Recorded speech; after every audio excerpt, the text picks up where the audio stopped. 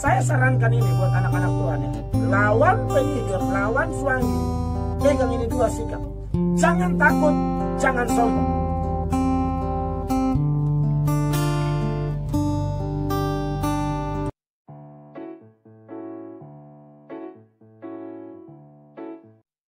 Pandangan ilmu hitam dari sudut pandang gereja.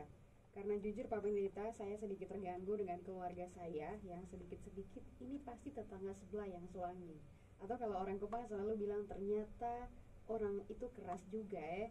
Saya yang baru jadi pengikut Kristus jadi merasa kok orang-orang yang percaya Tuhan jadinya malah berprasangka buruk ke orang lain dan yang dosa kita sendiri. Mungkin ada satu firman yang bisa untuk memberikan pencerahan kepada mereka Pak Pendeta.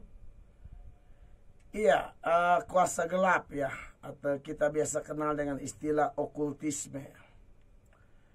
Saya percaya bahwa kuasa gelap itu tidak bisa tidak, itu pasti ada. Ya, okultisme itu pasti ada, penyihir-penyihir itu pasti ada. Ya, dan kalau kita belajar di dalam firman ya, di dalam firman itu jelas bahwa nanti di hari penghakiman itu orang-orang yang masuk neraka itu dari daftar-daftar orang-orang yang masuk neraka di situ ada tercatat yang namanya penyihir-penyihir ya. Saya pikir itu ada hubungannya dengan okultisme ya.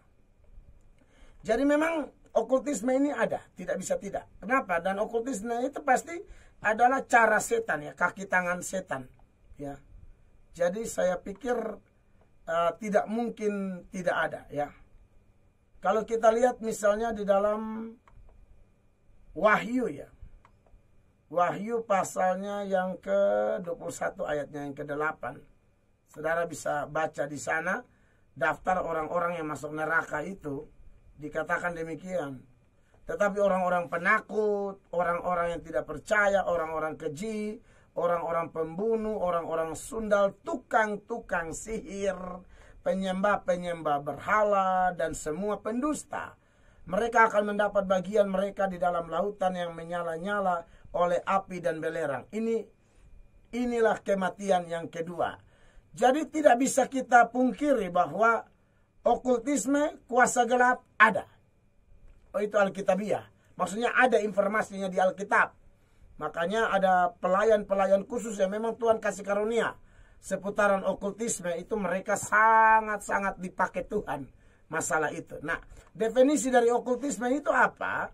Okultisme adalah kepercayaan atau praktek atau tindakan mempelajari hal-hal yang berhubungan dengan kuasa gelap. Okultisme itu ada macam-macam. Ada yang namanya ramalan, ya. Ramalan ini saudara harus catat baik, meramal, ya. Tapi memang tidak semua ramalan itu okultisme. Karena kalau ramalan yang datang dari Tuhan itu yang kita kenal dengan nubuat. Ya, ini kalau yang hamba Tuhan asli pasti terjadi. Tapi kalau dipakai setan tidak terjadi juga. Jadi itu harus hati-hati ya. Kemudian ada yang ramalan yang dilakukan dengan menggunakan ilmu pengetahuan. Saya pikir ini tidak salah ya. Ramalan cuaca seperti itu.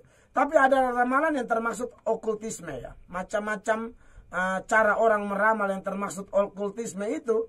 Misalnya meramal dengan menggunakan kartu. Di mana setiap kartu mempunyai arti. Anak Tuhan jangan mau diramal kayak begini. Ya, meramal dengan menggunakan garis tangan ya. Atau meramal dengan bandol atau orang Jawa bilang pendulum. Itu tidak boleh saudara-saudara. Lalu dengan kaca, dengan bola kristal. Lalu macam-macam orang meramal. Apalagi yang jailangkung itu. Itu saya pernah dulu main jailangkung. Kan kita masih zaman porkas, SDSB. Pasang nomor, kita main jailangkung, betul. Ya, jadi itu jelas setan, saudara-saudara. Ya. Lalu astrologi atau horoskop, ya. Ini memang harus beda. Ini beda dengan astronomi atau ilmu perbintangan yang bukan termasuk okultisme. Kalau astronomi bukan okultisme, tapi kalau astrologi, horoskop, itu bahaya, ya. Seperti ini astrologi itu menghubungkan posisi bintang dengan nasib manusia. Kalau bintang, oh tidak. Kita tidak percaya itu. Kita punya hidup ditentukan oleh Tuhan. Dan masih banyak lain lagi. Saya bahkan pernah bahas khusus ini. Hanya saja waktu kita tidak pas. Nah, kalau termasuk kayak kita di NTT ya, atau di Indonesia Timur, Swangi, sihir, itu pasti okultisme. Dan orang Swangi ada, kami pernah layani sampai bertobat. Bakar jimat-jimatnya semua. Nah, itu adalah tanpa disandari Anda sudah melakukan kontrak dengan setan. Jadi kita juga jangan terlalu polos dan berkata, jangan percaya. Jangan begitu juga. Hadapi setan dan alat-alatnya ada dua cara. Yang pertama, jangan takut. Yang kedua, jangan sombong. Jangan takut karena Tuhan di pihak kita. Jangan sombong karena memang Allah yang berperang ganti kita. Jadi kita jangan, biasa aja. Jangan. Saya sarankan ini buat anak-anak Tuhan ya. Lawan penyihir, lawan Swangi, pegang ini dua sikap. Jangan takut, jangan sombong. Bergantung total kepada Tuhan. Jaga kekudusan. Andalkan Tuhan. Dengan iman. Doa buat setan kalau kita iman dekat dengan Tuhan. Tidak usah suara besar-besar. Jangan sampai baru datang juga setan lihat langsung lari. Tapi kalau orang yang tidak bertobat, sekalipun suaranya besar, aduh setan ketawa sama dia. Saya ingat itu ya di dalam satu data di Alkitab yang anak-anak Skewa itu ya. Mereka berteriak, roh jahat ketawa sama mereka. Saya baca buat saudara. Kisah 19 mulai ayat 13. Juga beberapa tukang jampi Yahudi yang berjalan keliling di negeri itu mencoba menyebut nama Tuhan Yesus. Siapa tukang jampi? Mencoba menyebut nama Tuhan Yesus atas mereka yang kerasukan roh jahat dengan berseru. Katanya, aku menyumpahi kamu demi nama Yesus yang diberitakan oleh Paulus. Diberitakan oleh Paulus. Tukang-tukang jampi ini ternyata anak-anak hamba Tuhan. Tapi tukang jampi, heran ya. 14. Mereka yang melakukan hal itu ialah 7 orang anak dari seorang imam kepala Yahudi bernama Skewa.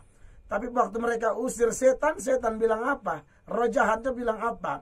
Ayat 15 dari kisah 19. Tetapi roh jahat itu menjawab, Yesus aku kenal. Dan Paulus aku ketahui. Tapi kamu, siapakah kamu? Orang bilang, lu ini siapa nih? Datang bateria dalam nama Yesus, dalam nama Yesus. Hidup tidak jelas satu kok. Lalu ayat 16. Dan orang yang dirasuk roh jahat itu menerpa mereka dan menggagahi mereka semua dan mengalahkannya. Sehingga mereka lari dari rumah orang itu dengan telanjang dan luka-luka. Jadi jangan asal bunyi juga, harus beriman sungguh. Dan orang beriman pasti tidak takut dan tidak sombong untuk hadapi setan. Jadi untuk masalah Swangi itu ada. Jadi harus takut Tuhan aja. Andalkan Tuhan. Swangi tidak akan masuk kepada orang Kristen sejati yang ada Roh Kudus. Tidak akan. Dia susun seluruh Swangi mulai dari mana saja. Ya, Semauliai, Amfoang, semua. Ya, Malaka, Mataru, ya, Dengka, semua dia susun. Ya, maksudnya penyihirnya ya. Saya pernah khotbah di Rote, penyihir jatuh, kursi patah semua. Itu disaksikan langsung. Saya tantang langsung, bukan karena saya, tapi Tuhan ya. Oleh karena itu, kiranya untuk hadapi itu memang kita secara hukum tidak bisa buktikan ya. Tapi dengan kuasa Tuhan kita kuat, aman. Ya, Tuhan memberkati.